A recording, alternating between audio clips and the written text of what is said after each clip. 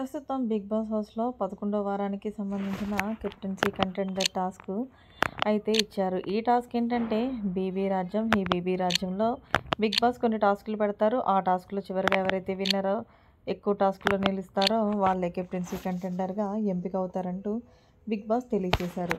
అయితే ఈ బీబీ రాజ్యంలో ఇద్దరు రాణులుగాను, ఒకరు రాజుగాను, అలాగే నలుగురు ప్రజలుగాను, నలుగురు కమాండర్స్‌గాను డిసైడ్ చేసిన సంగతి తెలిసిందే.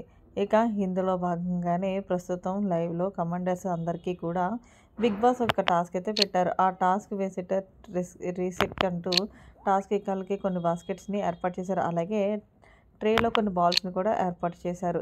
ఇక దీనికి సంచాలకుగా రీతు వ్యవహరించింది. ఇక కమాండర్స్‌గా ఆ బాస్కెట్‌లని తగిలించుకొని ఆ ట్రేలో ఉన్న బాల్స్‌ని మిగిలిన కమాండర్స్ బాస్కెట్‌లో వేయాలి. అలా చివరిగా అయ్యేటప్పటికి ఎవరికి తక్కువ బాల్స్ ఉంటాయో వాళ్ళు ఈ టాస్క్ నుండి తొలగిపోయి కమాండర్ నుంచి ప్రజల్లో ఉన్న ఒకరు కమాండర్‌గా అవుతారు అంటూ 'బిగ్ బాస్' అయితే తెలియజేశారు. ఈ టాస్క్‌లో తనుజ అయితే ప్రాణం పెట్టి ఆడిందనే చెప్పాలి. ఇక మొత్తానికి తనుజ ఏదైతే బాస్కెట్ ఆర్ రెస్కెట్ టాస్క్‌లో డొల్ల కొట్టి ధూపం వేసింది. ఇక లైవ్‌లో అయితే గనక ఒకవైపు టాస్క్‌లు ఆడుతూనే మరొక వైపు ప్రజల్లో ఉన్న భరణిని కుకింగ్ విషయాల్లో గైడ్ చేస్తుంది.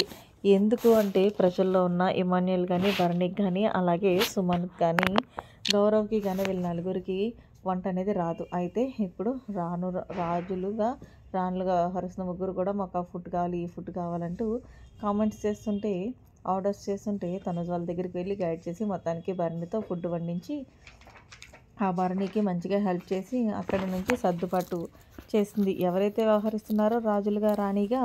సో ఫైనల్‌గా అయితే తనూజ ఒక పక్కన టాస్క్‌లో ఇరగదీస్తుంది. మరో పక్కన ఫుడ్ విషయంలో కూడా టయానికి రాజులకి ఎలాంటి ఇబ్బంది పడకుండా చూసుకుంటుంది. మొత్తానికి మొదటి టాస్క్‌లో విజయం సాధించిన తనూజ మరి ఫైనల్‌గా తనూజ కెప్టెన్సీ కంటెండర్‌గా నిలుస్తుందా లేదా అనేది కామెంట్ చేయండి. మరిన్ని లేటెస్ట్ అప్డేట్స్ కోసం మన ఛానల్ సబ్స్క్రైబ్ చేసుకోండి. Thanks for watching. Have a nice day.